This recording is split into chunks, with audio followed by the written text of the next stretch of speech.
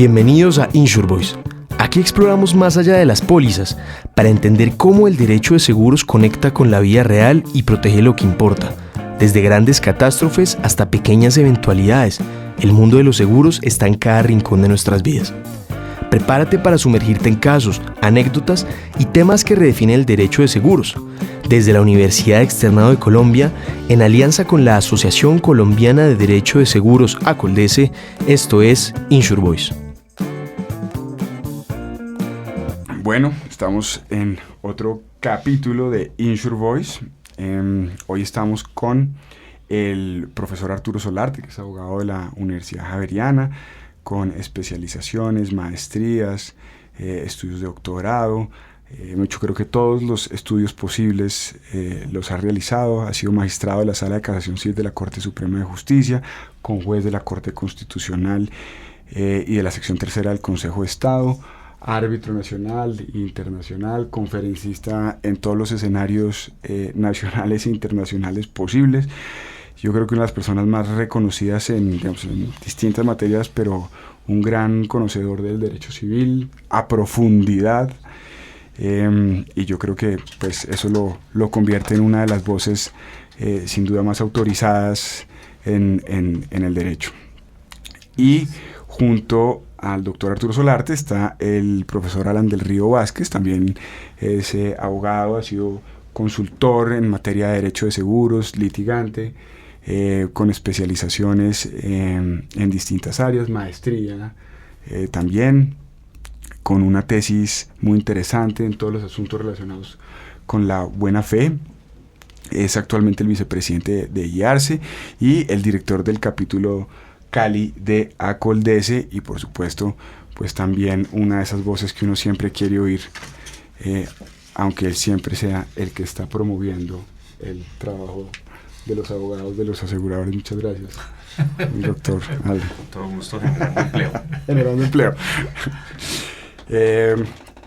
Bueno, entonces bienvenidos. Yo antes de arrancar le quiero hacer una pregunta, doctor Solarte, al margen del tema, y es: usted ha sido litigante, usted ha sido profesor, usted ha sido juez.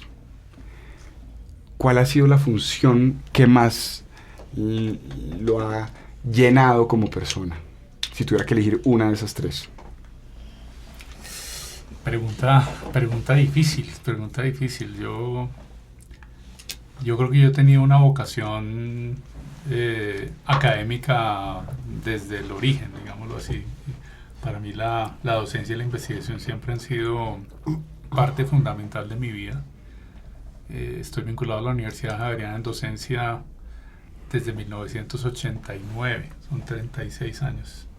Ahora no había nacido tal vez.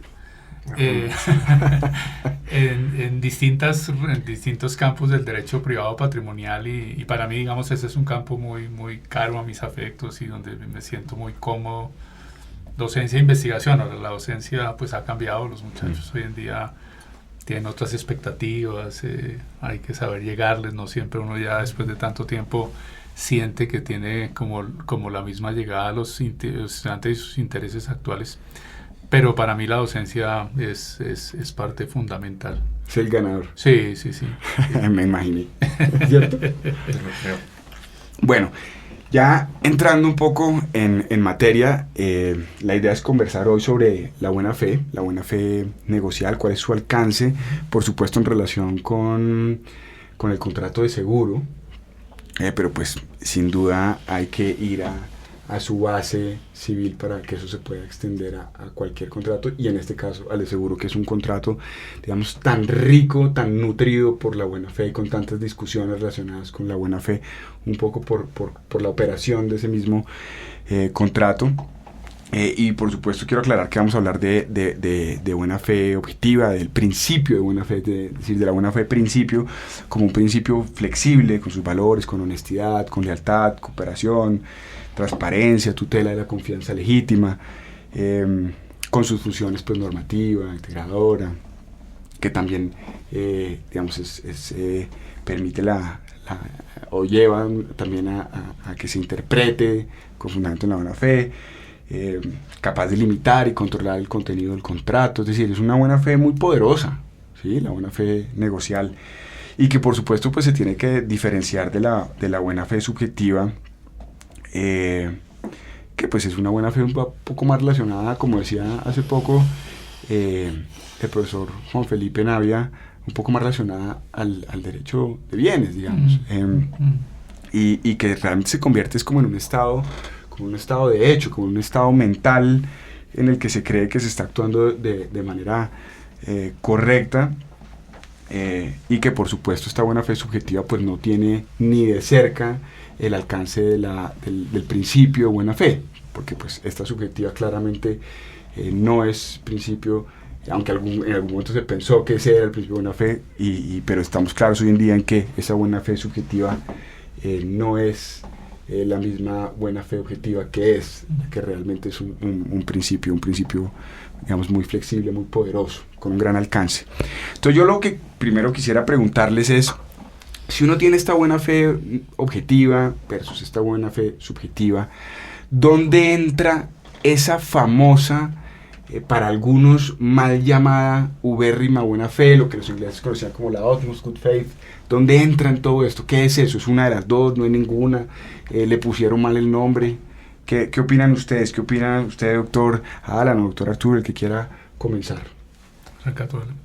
Gracias, profesor Arturo. Gracias, profesor Juan, a la universidad, al departamento de riesgos y seguros. En verdad es un placer. Y aquí compartir con el profesor Arturo, para mí es, pues, en verdad, motivo de orgullo.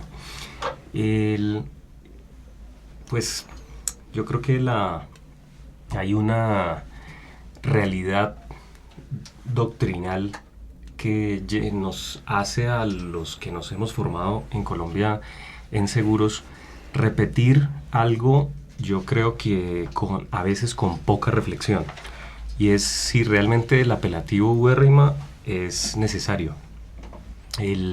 Pero además, si es solamente una cuestión rimbombante, para darle una connotación de mayor ética al contrato de seguro. Y yo creo que no. Primero, porque la buena fe, si ubérrima se entiende como un superlativo, ya es rica por sí misma.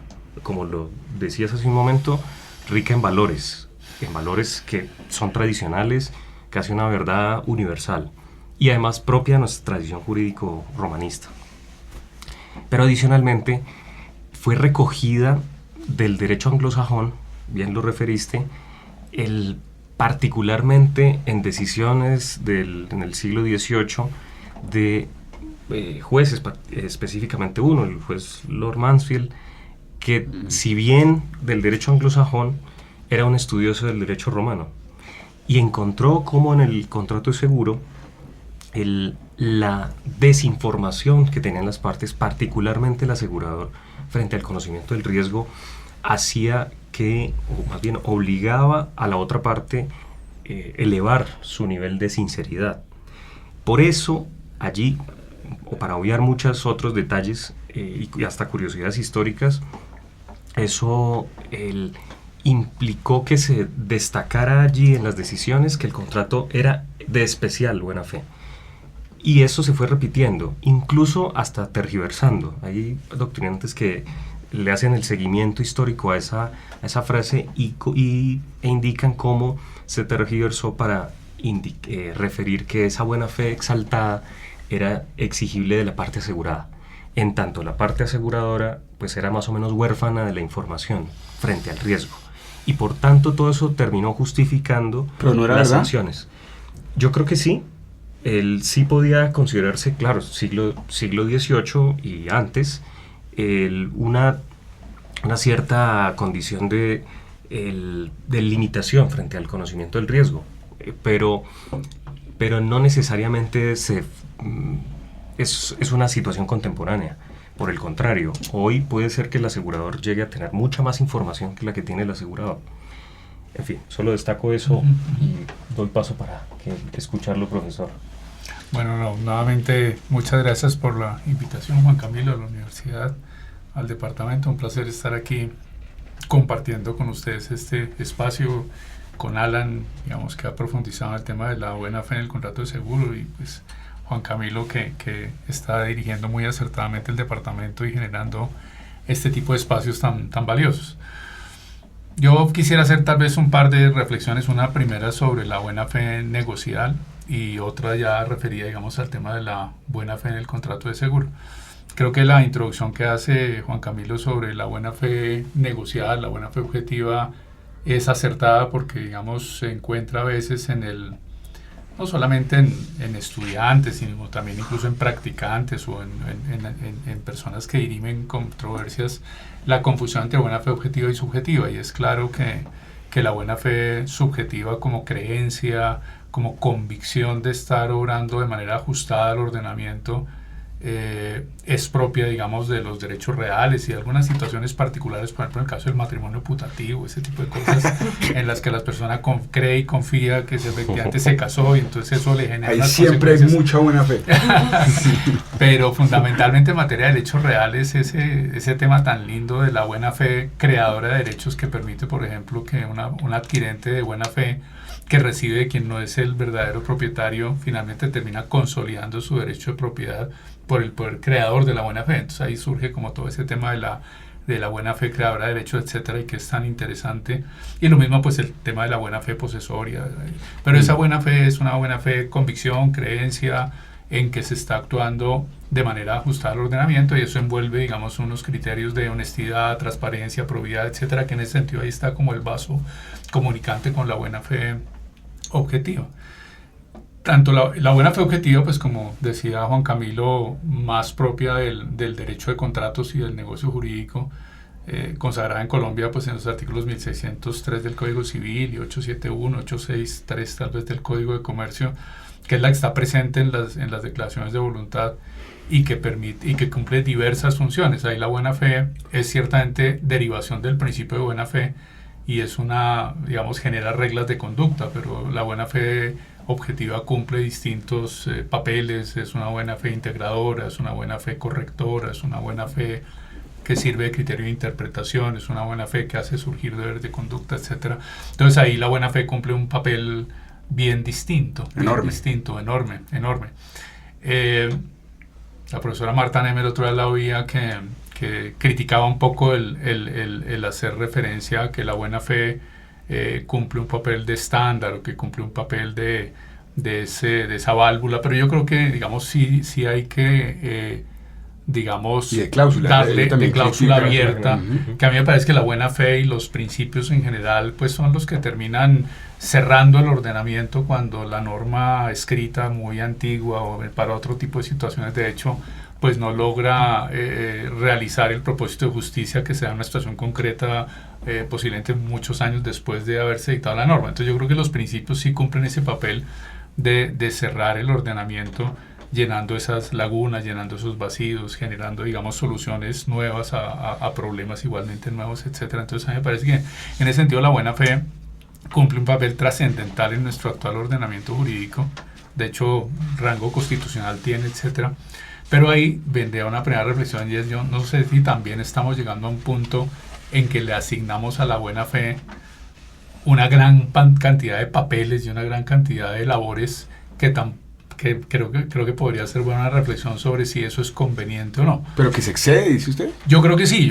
Por ejemplo, cuando se y aquí de pronto planteo cosas para la discusión, cuando ciertos deberes de diligencia, por ejemplo, se hacen derivar de la buena fe y no del carácter profesional de los sujetos, o por ejemplo, cuando la buena fe se entrelaza, por ejemplo, con el abuso y se usa indistintamente la palabra o la expresión abuso y la expresión buena fe, etcétera. Yo creo que tal vez hay que darle a la buena fe como el papel que efectivamente debe cumplir y dejar, digamos, otros terrenos para otro tipo de instituciones que son igualmente importantes, que en cierto punto pueden traslaparse, pero no deben confundirse ni debe dársele a la buena fe, digamos, papeles más allá de lo que realmente cumple, porque uno, por digamos, la idea de estar interpretando el contrato de buena fe o según la buena fe, o estar integrando el contrato según la buena fe para buscar, digamos, una solución en justicia, etcétera, de pronto termina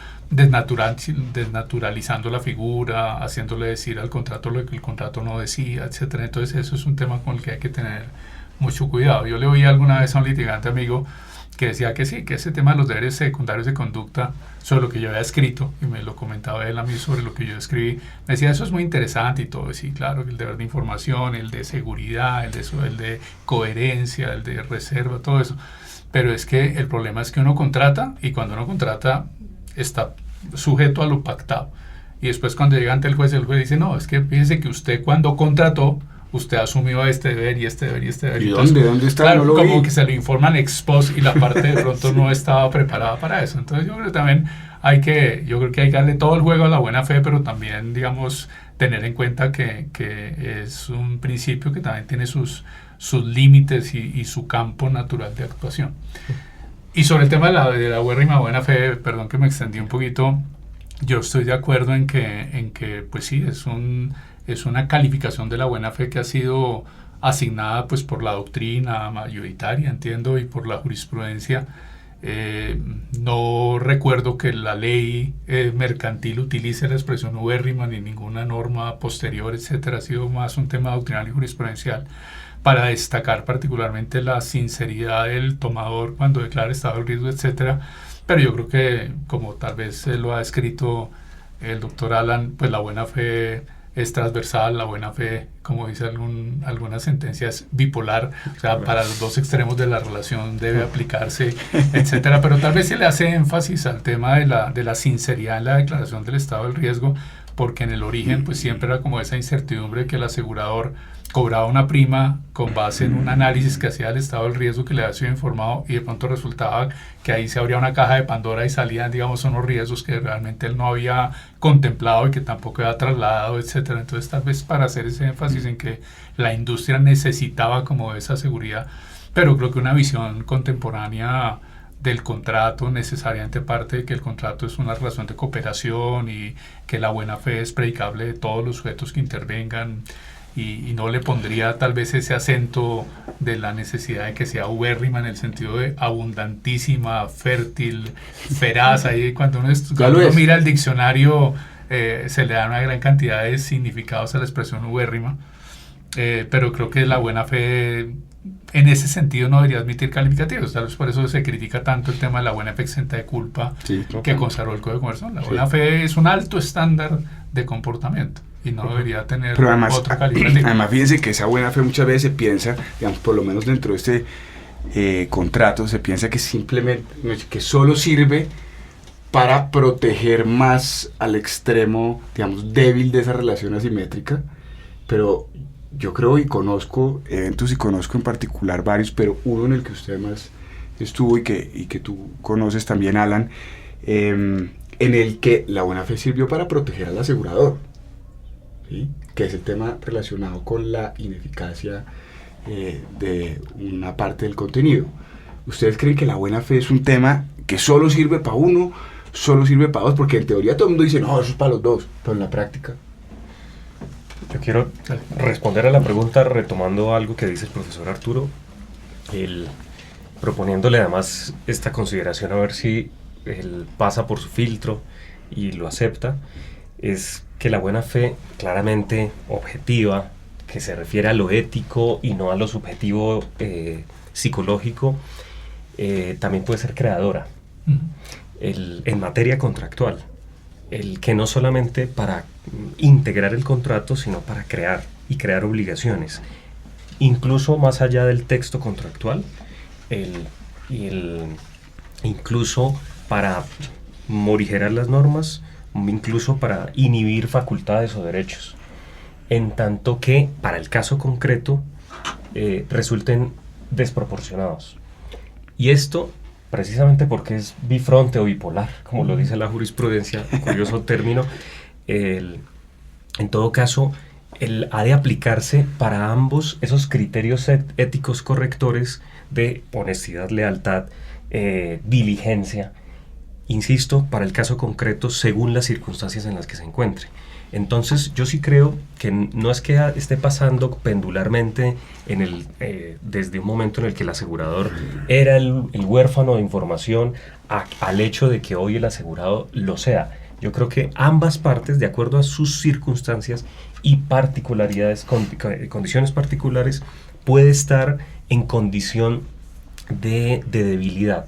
Y el principio justamente pretende es el equilibrio, lograr precisamente una cooperación sinalagmática, que los intereses se equilibren, porque al margen de la aleatoriedad del contrato que está referido solamente es al siniestro, retirando el siniestro, en verdad esta relación está basada fundamentalmente en la confianza. Por ende, y ahora sí aterrizo a la pregunta, la información sobre las condiciones de cubrimiento de un lado y las condiciones del riesgo es algo que debe tener certidumbre en ambas partes.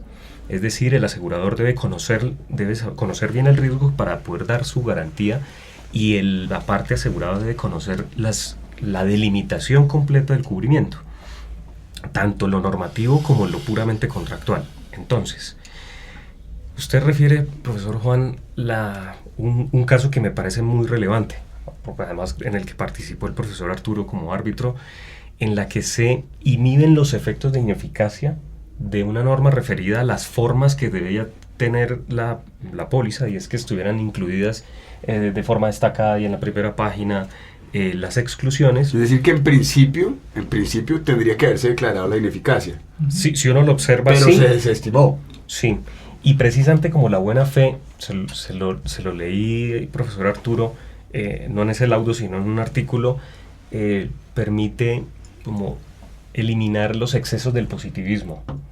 Y yo creo que eso es una fuerza, por ahí es donde encuentro la fuerza creadora.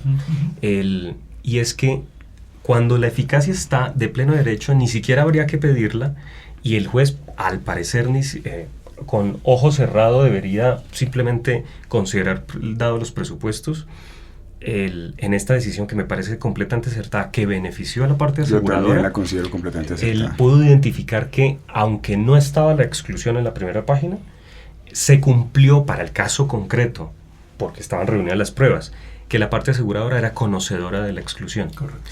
Y yo creo que eso me parece genial, porque ahí primero se fundamentó en la buena fe del hecho de que esa parte conocedora de esa limitación y ante su silencio no podía ir en contra del mismo.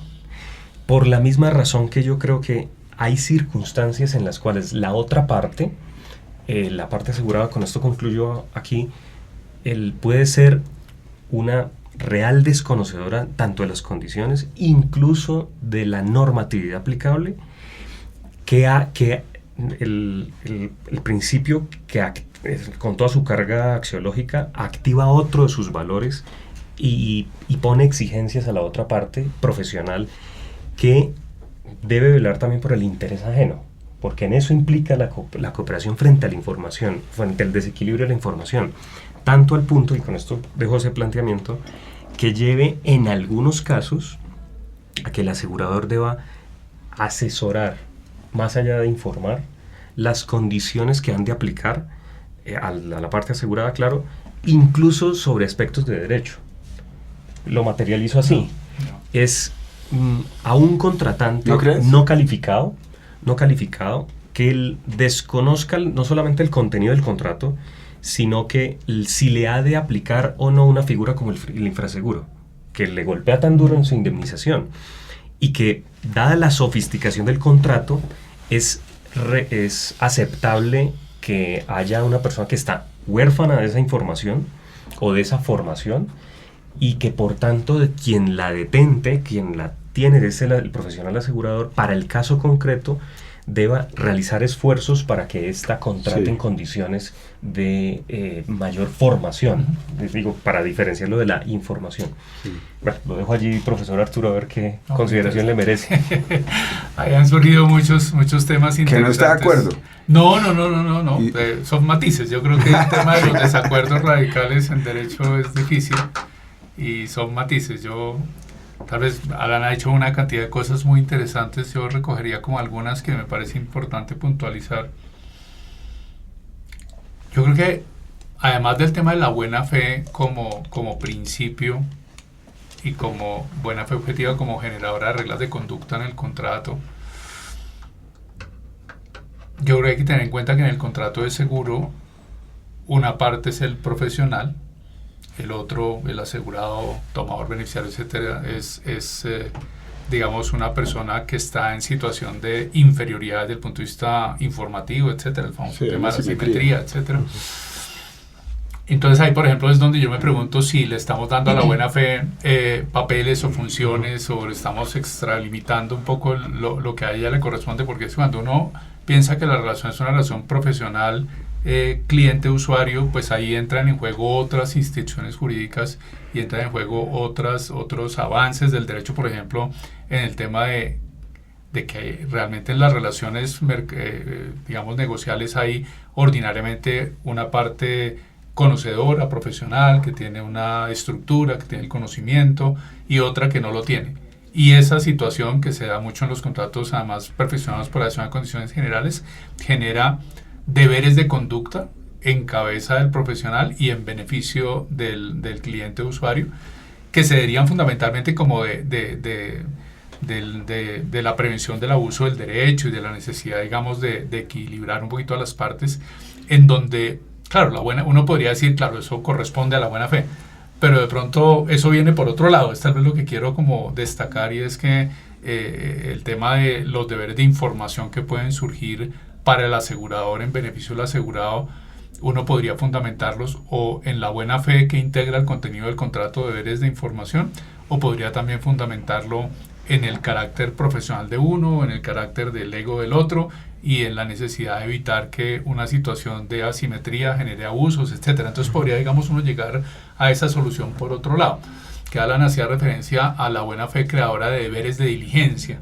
Y cuando uno profundiza un poquito en el tema de los deberes de diligencia, en estos casos casi siempre hace referencia a los deberes profesionales. Entonces yo no sé si los deberes profesionales surgen de la buena fe o del carácter profesional y de la lex artis y de todas esas cosas que uno mira, digamos, como desde otro punto de vista. Ahora, lo otro, Alan hacía referencia al poder corrector de la buena fe, en ocasiones generando que cierto tipo de soluciones contractuales no se apliquen, etcétera, y eso está bien. Lo que pasa es que dentro de las funciones de la buena fe, modernamente la consideramos también como límite de la autonomía. Entonces ahí cuando uno examina la buena fe y ve que la buena fe puede ser integradora, puede ser criterio de interpretación, puede ser uno también, un papel que juega muy importante en la actualidad es la buena fe límite de la autonomía privada. Entonces, de nuestros antiguos parámetros de orden público, ley imperativa, buenas costumbres, hoy en día le agregamos la prevención del abuso del derecho y la observancia de los parámetros de la buena fe. Entonces también buena fe como límite de la autonomía y como criterio para que el objeto de los negocios sean lícitos, etc. Entonces me parece que ahí también hay de pronto aspectos que uno podría como separar, digámoslo, como separar. Claro, estamos hablando de buena fe, pero estamos hablando tal vez de distintos papeles que cumple la buena fe como principio general. Y tal vez lo otro, que es un tema que me interesó mucho en algún escrito que leí de Alan, es sobre el tema de cargas, deberes y obligaciones. Para mí ese tema, además como profesor de obligaciones, ha sido un tema interesante, porque claro, a veces se dice, no, la información es una carga o es un deber o es una obligación. Yo en eso tengo una visión como Alan sostiene que la buena fe genera obligaciones que son exigibles no solamente al asegurado, sino también a la aseguradora. Yo creo que genera deberes de conducta, genera deberes de conducta y no técnicamente obligaciones, en la medida en que, en eso, repito, soy muy ortodoxo y creo que la obligación implica un deber particular de conducta en el que si no se cumple la prestación puede ser demandada, exigida coactivamente, con respaldo en el patrimonio, etcétera, y eso no pasa en general con los deberes derivados de la buena fe o que surgen por virtud de la buena fe, porque su inobservancia normalmente no genera acción de cumplimiento, sino que genera normalmente indemnización de perjuicios. Entonces, por eso, claro, sé que el tema está para darle un valor particular a la buena fe, y uno dice crea obligaciones y no cargas, como mucha doctrina de pronto diciendo no, eso es una carga, eso es un deber libre, etcétera. Sí, pero yo creo facultad. Que tal vez el punto estaría más en ubicarlo como deber de conducta, porque normalmente la consecuencia es indemnizatoria en caso de inobservancia. Aquí está la doctora Victoria Meyer, investigadora del departamento y ya vinculada también a este mundo profesional de los seguros. Brillantísima. y aquí está pidiendo la palabra para hacer preguntas. No, justamente. Qué miedo. Justamente le queríamos preguntar al doctor Alan lo que ya nos contestaron por esta parte, y es ¿por qué algunos sostienen que no se debe hablar de cargas contractuales en el seguro? Y ¿usted cree que esas llamadas cargas son obligaciones? Bueno, no desconozco que hay cargas. Un upgrade. Que hay cargas, entendido cargas como facultades. Okay. Es decir, aquellas que es una libertad en su cumplimiento, aunque lo sean respecto de la otra parte, pero su incumplimiento solamente perjudica a quien lo detenta. Solo que particularmente en el contrato de seguro, tratándose de la información, no puede considerarse, filosóficamente, que si la información es la obligación que deriva de un valor como la honestidad, como la transparencia, puede hacer eso una facultad. Okay. Es decir, porque implicaría entonces que yo tengo el derecho a ocultar y natural, aunque sea yo el único que tenga las consecuencias nocivas, que es el efecto de la nulidad por reticencia. Y yo creo que ese tratamiento, digamos, en términos de simplemente conceptual, al margen de lo coercible o no, pero lo conceptual, yo creo que le resta importancia a la conducta misma. Entonces, yo me niego a pensar que actuar de forma honesta y transparente sea una facultad y no una obligación. Claro. Yo creo que eso no lo prohíbe el derecho. Sí. Sin embargo, de todas formas, yo creo que sí es coercible, pero no para efectos procesales de pedir su cumplimiento, sino porque para eso tiene otras consecuencias, sino que la consecuencia vía indemnizatoria sea justamente que le inhiba los derechos. Entonces, yo sí creo que hay obligaciones y cargas, como el contrato de seguro. Si bien tiene una circunstancia estelar, que es el siniestro, si uno le retira eso, y vuelvo a ese punto, encuentra que es una relación permanente de interacción frente a la información, Pero que lo que pretende... más de un lado, más del extremo asegurado hacia el asegurador que del asegurador hacia el asegurado. Es decir, los dos se tienen que comunicar, sin duda, y las omisiones, por supuesto, que tienen una consecuencia. Pero pareciera, por cómo es la operación de este contrato, que es más lo que va de información al asegurador que lo que viene.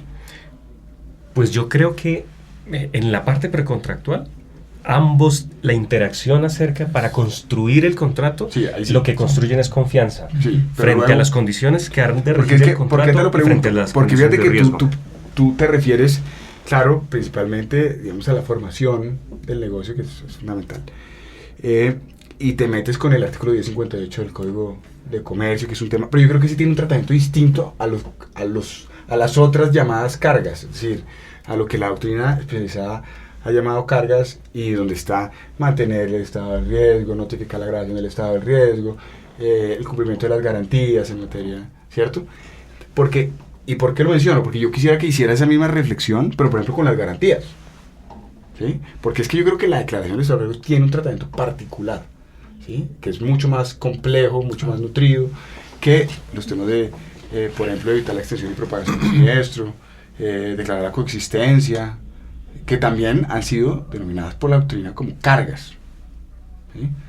Entonces, no sé, te lo pregunto, por ejemplo, en el alcance de las garantías, por ejemplo, y decíamos que es otro tema enorme, pero, por ejemplo, ¿qué pasa cuando no se cumplen las garantías y después se discute si ese incumplimiento se puede excusar tácitamente con fundamento del principio de buena fe, ¿sí? Y hasta dónde se excusa, si es solamente cuando hay una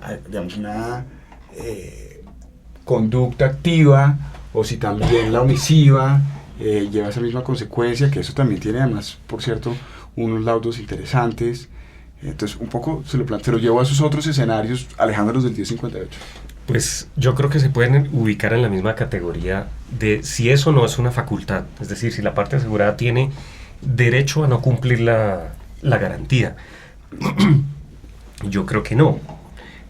Solo que la vía procesal no es la exigibilidad del cumplimiento de la garantía. Ya contempla en la norma una consecuencia específica que no es propiamente la pretensión indemnizatoria, sino simplemente la inhibición de derechos, la imposibilidad de acceder a derechos. Si no cumple la garantía, pues no será necesario que el asegurador se lo busque procesalmente la exigibilidad. Pero eso no lo convierte, en mi juicio, no lo ubica en la categoría de una facultad, porque el cuidado que debe tener la parte asegurada frente a la condición del riesgo es también una de sus promesas. Al margen de si ocurre o no ocurre el siniestro, y no ocurriendo incluso, esa promesa debe cumplirse fielmente. Y yo agrego esto, por eso sí insisto, ubicándolo en la obligación no facultad, el hecho de también de que las obligaciones no son actos unilaterales, sino que allí también están involucrados los actos del acreedor en la colaboración para el propio cumplimiento. Es decir, y sobre todo tratándose de profesionales, lo que voy a llegar a este punto para cerrarlo, lo que me repulsa un poco es el hecho de que llevar a la categoría de facultad de carga simplemente deja de lado la observación del comportamiento de la otra parte acreedora de ella, y es el asegurador, tratándose de un profesional que colabore para eso. Y aquí es donde creo que el principio, por eso creo que el principio es de donde descansa toda la discusión, porque como están mezclados distintos valores, el principio creo que con sus valores se autorregula y que logra modular la obligación de información o la obligación de diligencia del asegurado para el cumplimiento de la garantía, por ejemplo, con la obligación de diligencia del profesional. Es decir, hasta dónde, y cada caso en particular lo dirá, se le pueda también exigir al asegurador labores de advertencia, deberes de advertencia frente al cumplimiento de esa garantía, y por tanto no podría, con esto concluyo, si seguimos ubicando ese deber como si fuera una carga, parecería entonces que el asegurador esté absolutamente desplazado le sea posible estar desinteresado del cumplimiento frente al cuidado del riesgo. Bien, dejo ese planteamiento. No, súper interesante. Cada pregunta y cada respuesta Pues es como un sí pero no así. generan una gran cantidad de reacciones. Viene a mi mente cuando Alan utiliza de manera insistente la expresión facultad para hacer referencia a la carga, digamos como a alguna digamos reacción, teniendo en cuenta como el concepto tradicional de carga. Digamos, yo ahí tal vez me acerqué por primera vez al concepto de carga hace muchos años, siendo profesor auxiliar de contratos en la Adriana, por un escrito del profesor Vinestrosa. Hay un escrito del profesor Vinestrosa muy interesante sobre autonomía, voluntad, límites y cargas, que así se denomina, un libro rojo, me acuerdo, muy provechoso para mí. Está en internet. Muy provechoso para mí. Artículo. Entonces yo, claro, cuando uno alude al concepto de carga, o sea, carga, deber u obligación son situaciones pasivas. Entonces, digamos, yo diría, no parece, digamos, completamente ajustado denominarla una facultad, en el sentido de posibilidad de obrar, etcétera, etcétera. Lo que pasa es que, claro, la carga implica un deber de conducta, de ajustar el comportamiento, digamos, a la carga, pero la consecuencia es que uno no puede aprovechar una determinada situación favorable que el ordenamiento del contrato le permite. Entonces yo siempre lo he visto de esa manera, o sea, la carga no como una facultad, sino como una situación pasiva. Hace parte, digamos, como de las situaciones pasivas, solamente que la consecuencia, ahí iríamos como a todo ese análisis de qué consecuencias produce si uno observa la obligación, el deber, la carga, en principio es no poder aprovechar la ventaja que el ordenamiento le asigna. Entonces no sé si en eso, por ejemplo, parte de los problemas puedan ser en que no estamos partiendo como de conceptos en los que tengamos una aproximación uniforme, y creo que eso sería interesante, saber qué está entendiendo uno realmente por carga. Yo los ubicaría más como deberes de conducta, y particularmente en el tema de la información a cargo de la aseguradora, yo no creo que sea una carga, yo creo que eso es un deber de conducta. Y Alan hace referencia al deber de advertencia, y creo que en ese sentido eso puede tener ese alcance, pero siempre he tenido duda de si una aseguradora tiene deber de asesoría. A mí ese tema me ha parecido muy interesante en las reflexiones que he oído recientemente y que Alan hace, en el sentido de que la aseguradora debería asesorar en sentido estricto al tomador, asegurado, etcétera, para explicarle incluso desde el punto de vista jurídico el alcance de ciertas figuras, y el infraseguro y la exclusión y todas esas cosas. Y yo ahí no sé si una aseguradora, digamos, por virtud de la ley o incluso por virtud de la buena fe, deba tener, digamos, ese tipo de deberes de conducta. Creo que su función económico-social y por, digamos, su papel en este tipo de servicios, pues creo que llega hasta la asesoría y eventualmente la advertencia. Pero el tema de la asesoría, yo lo entiendo también, porque ahí creo que también hay que ponerse de acuerdo en el alcance del concepto. El deber de asesoría implica que uno al posible cliente usuario le da le indica beneficios y riesgos, cosas positivas y cosas negativas de distintas alternativas de actuación que pueda tener. Y casi que podría decir, no, miren, si usted lo toma conmigo, entonces la cobertura va a ser esta, las restricciones van a ser esta, las exclusiones van a ser esta, pero usted podría tomarlo con otra aseguradora en este sentido. Yo creo que en un mercado como el nuestro eso no es usual, digamos, y tal vez no se espera de la aseguradora. De pronto puede ser más una labor propia del intermediario. Yo creo que el intermediario puede estar más cercano a los deberes de asesoría que la propia aseguradora. No sé, hago la comparación entre el deber que tiene el banco cuando el cliente abre el CDT y el deber que tiene la sociedad fiduciaria cuando yo voy y le digo, tengo 10 millones de pesos, ¿en qué los puedo invertir? En el caso de la fiduciaria, incluso por la razón de confianza y todo eso, ahí sí puede estar presente un deber de consejo, más allá del deber de información de decirle, mire, el fondo fiduciario tiene estas características legales, etcétera. Entonces yo también creo que en eso, volviendo un poco a que tal vez estamos de acuerdo en muchas cosas, pero de pronto la utilización de los términos puede hacer parecer que no lo estamos, que estamos entendiendo por carga en primer término, y segundo, ¿cuál es el alcance de la asesoría? Porque puede ser, si yo estaría de acuerdo en un tema de advertencia, mire, si usted no paga la prima en 30 días, el contrato termina.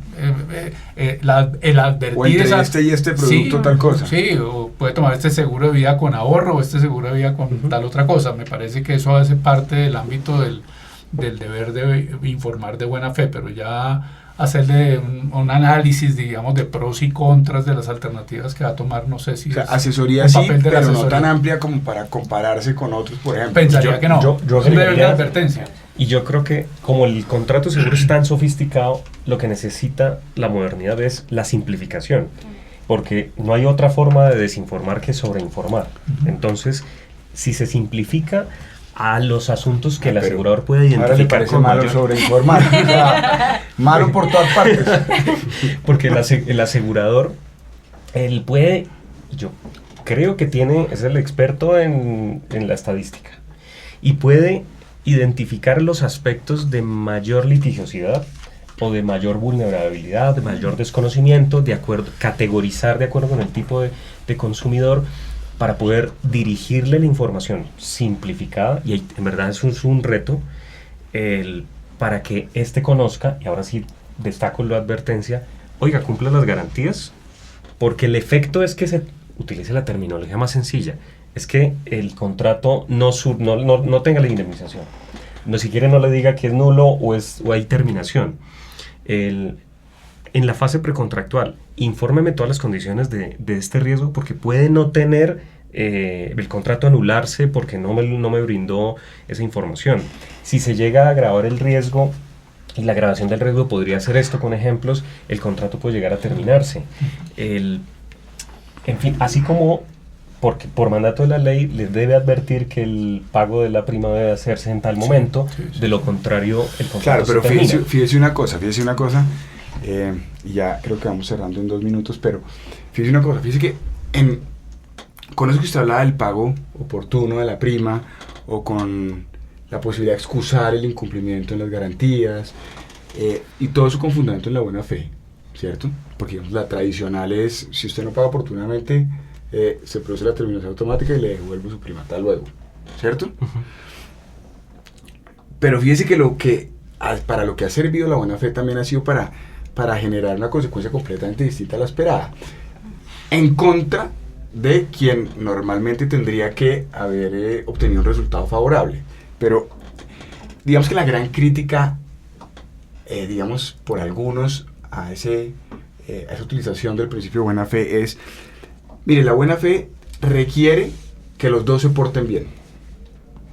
Y aquí, en todos estos eventos, siempre el extremo asegurado se ha portado mal previamente y después se beneficia de la buena fe. Entonces, no pagó oportunamente la prima, como lo decía el otro día,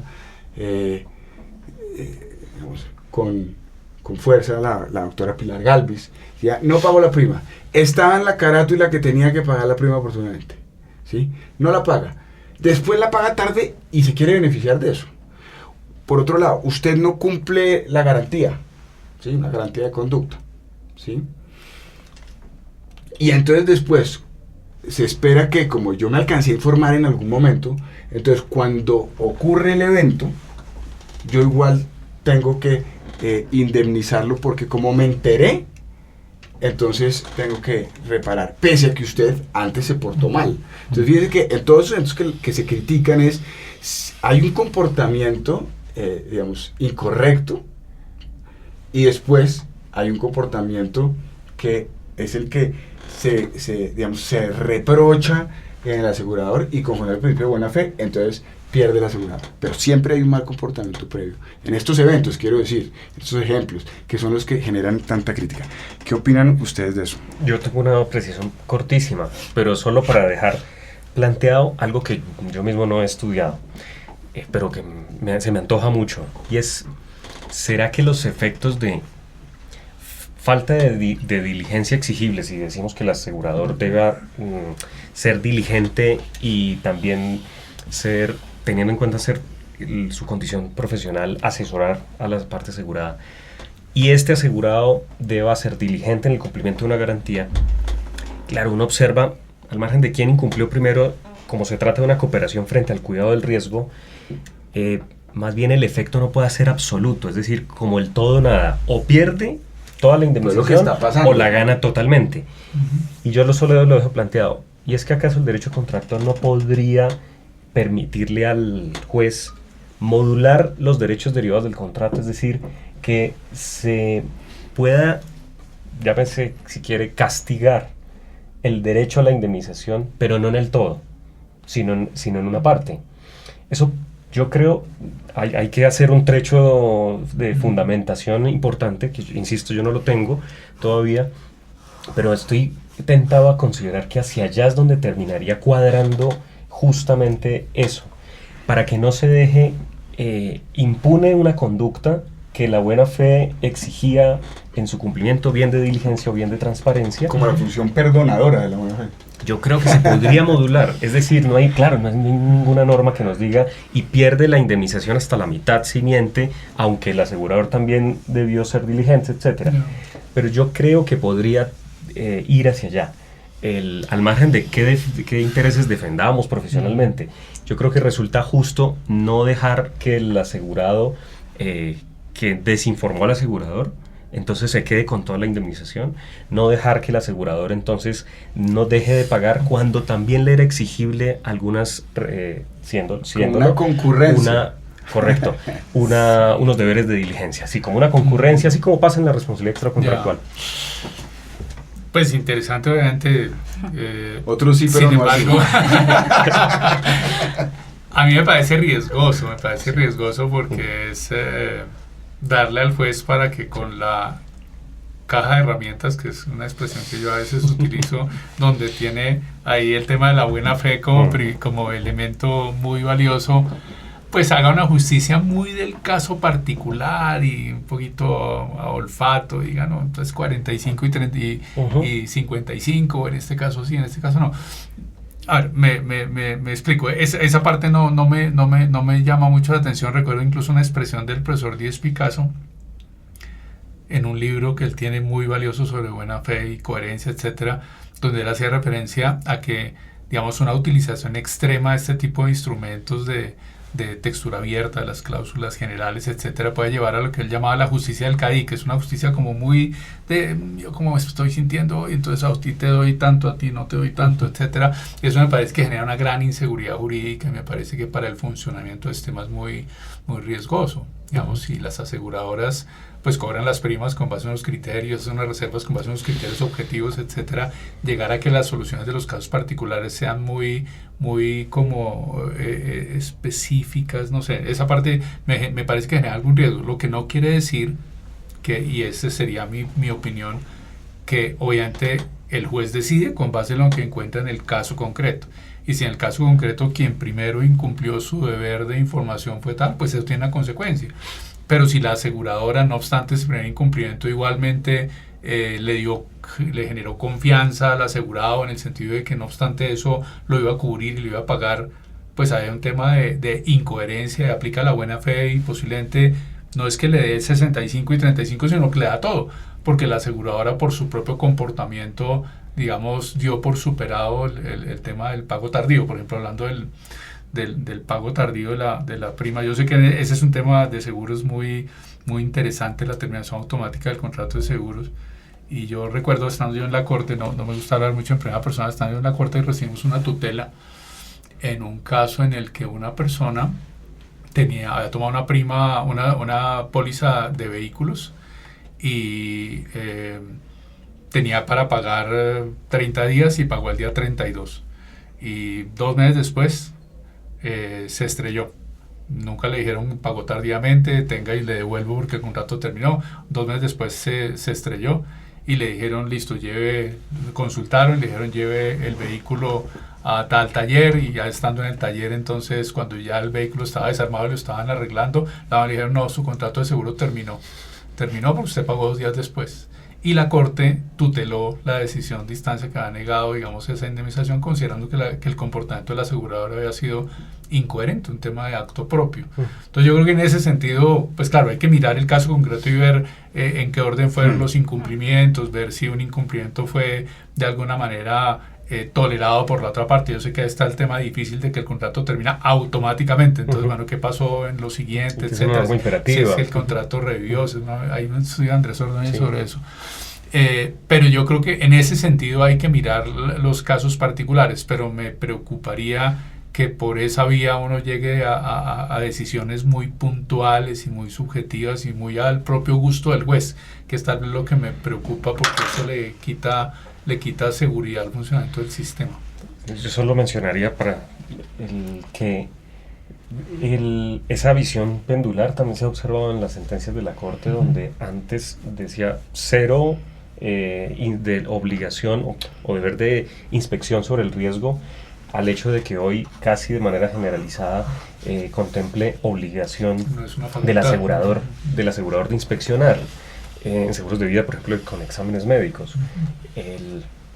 Yo por eso tiendo, insisto, falta fundamentación, lo sé, y porque en una circunstancia intermedia, con herramientas que puede propiciar y criterios que puede entregar el mismo principio. Sí, a mí me parece bien. Yo creo que, digamos, esa idea me parece atractiva en la medida en que parte de la base de que la buena fe exigible en el contrato de seguro es una buena fe para ambas partes. Sí, es una buena fe que no es que ponga un acento en que es ubérrima y no es que para el asegurado y que tiene que tener, digamos, una carga superlativa, y para el asegurador un poco el tema más no es la impresión que hay, sí, pero yo creo que, digamos, pues, yo no encuentro norma legal que hoy en día nos haga llevar a esa conclusión de que es solamente en la parte asegurada en donde el tema de la buena fe tiene acento. O sea, solo lo beneficiario. Tiene acento en los dos, y más hoy en día,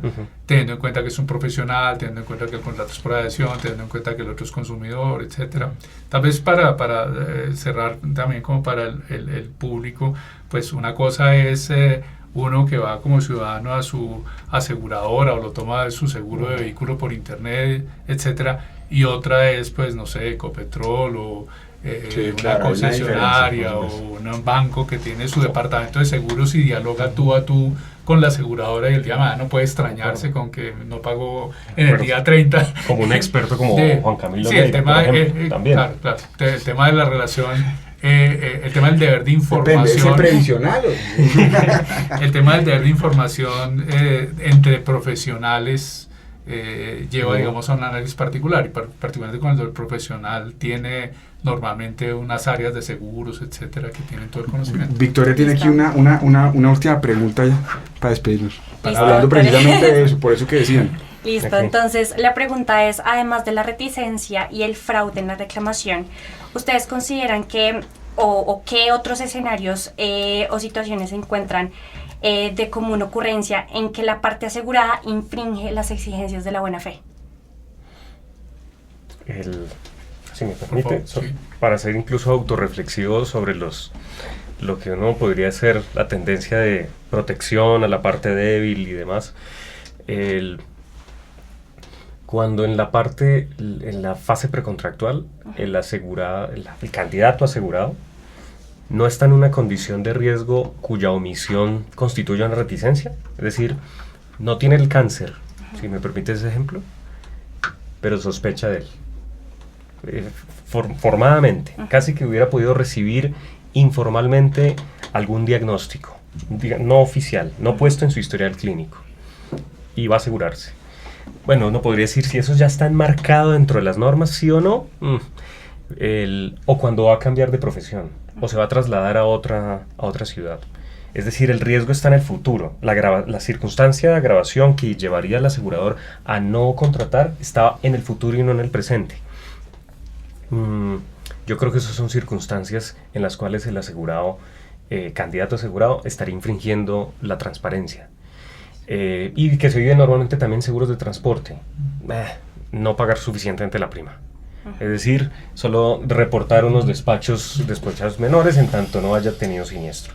Eso comprendo que del lado del asegurador eso lo hace muy vulnerable. En fin, dejo ese par de ejemplos. Y ahora, visto desde, no, estoy de acuerdo con Alan, pero visto, por ejemplo, desde el lado del asegurador, a mí, y no he profundizado en eso, pues porque, digamos, ustedes son los especialistas, y nunca he tenido un caso de esa naturaleza, es el tema de la revocación del seguro. A mí me parece que ese tema de la revocación de la aseguradora, cuando se incrementa, digamos, posiblemente el riesgo, etcétera, a mí me parece muy complejo. Simplemente, lo digo como ciudadano, o sea, y no lo digo como abogado, con ocasión de los incendios en California de comienzos del año, leía yo que una parte importante de los seguros que cubrían las viviendas de la zona que fue más afectada habían sido cancelados por las aseguradoras 15 días o un mes antes de las deflagraciones, porque posiblemente tenían alguna información de que los vientos, de las temperaturas, de no sé qué, cancelado el contrato. Y la gente quedó ahí completamente desamparada. Entonces yo creo que yo sé que desde el punto de vista técnico y normativo existe esa posibilidad, pero así como, por ejemplo, la jurisprudencia señala que las facultades de determinación unilateral en general no pueden ejercerse, digamos, incluso la determinación ad nutum tiene unos límites en el sentido del abuso, la observancia de los parámetros de la buena fe. Yo partiría de la base de que también esa facultad de revocación tiene igualmente esos límites. O sea, ya no es tan unilateral. Yo también pensaría, puede ser unilateral, solamente que debe ser unilateral limitada, controlada, con unos preavisos, con unas, pues, si la gente no tiene alternativas de aseguramiento, por ejemplo, me parece complejo. O sea, en ese sentido diría, también desde el punto de vista del asegurador, la buena fe debe estar en el ejercicio, no de esa solamente facultad. preaviso, porque no puede decir preaviso, sino que también tenga la opción de irse para otro lado, porque si no, pues el efecto es y si me permite 30 segundos para mencionar que yo creo que eso es justamente una de las tensiones entre el principio de buena fe y el de la autonomía de la voluntad, donde creo que esta última tendría que ceder a la buena fe, en tanto que ese derecho, el ius variandi del asegurador, esa facultad de revocación, le puede ser inhibida. En circunstancias particulares, usted menciona el caso de California, yo que soy de Cali, menciono el caso de Cali, que estuvo el distrito muy cercano a una circunstancia como esta en los disturbios sociales de 2021, donde las coaseguradoras advirtieron que iban a dar por terminado la cobertura de AMIT, por el conocimiento generalizado de la inminencia de los siniestros. Y finalmente ese caso finalmente las compañías se echaron para atrás, pero habría sido muy interesante analizar hasta dónde realmente esa facultad podía ser usada. Sí. Entonces, de nuevo, y con esto permíteme cerrar, yo creo que la buena fe termina siendo, en verdad, un corrector del comportamiento, incluso para eliminar facultades que entrega la ley y restringir la autonomía. Y nuestra conclusión es que sí, pero no sí. Siempre en la relatividad de la vida. Sí. Oiga, bueno, profesores, pues muchas gracias, doctor Arturo, muchas gracias, doctor Alan, muchas gracias, doctora Meyer, muchas gracias a todos los de acá que nos ayudan con todo este tema logístico, audiovisual, que es siempre tan complejo. Entonces, pues, la mejor de las suertes. Muchas gracias por sus comentarios. Gracias. Un abrazo. Muy interesante.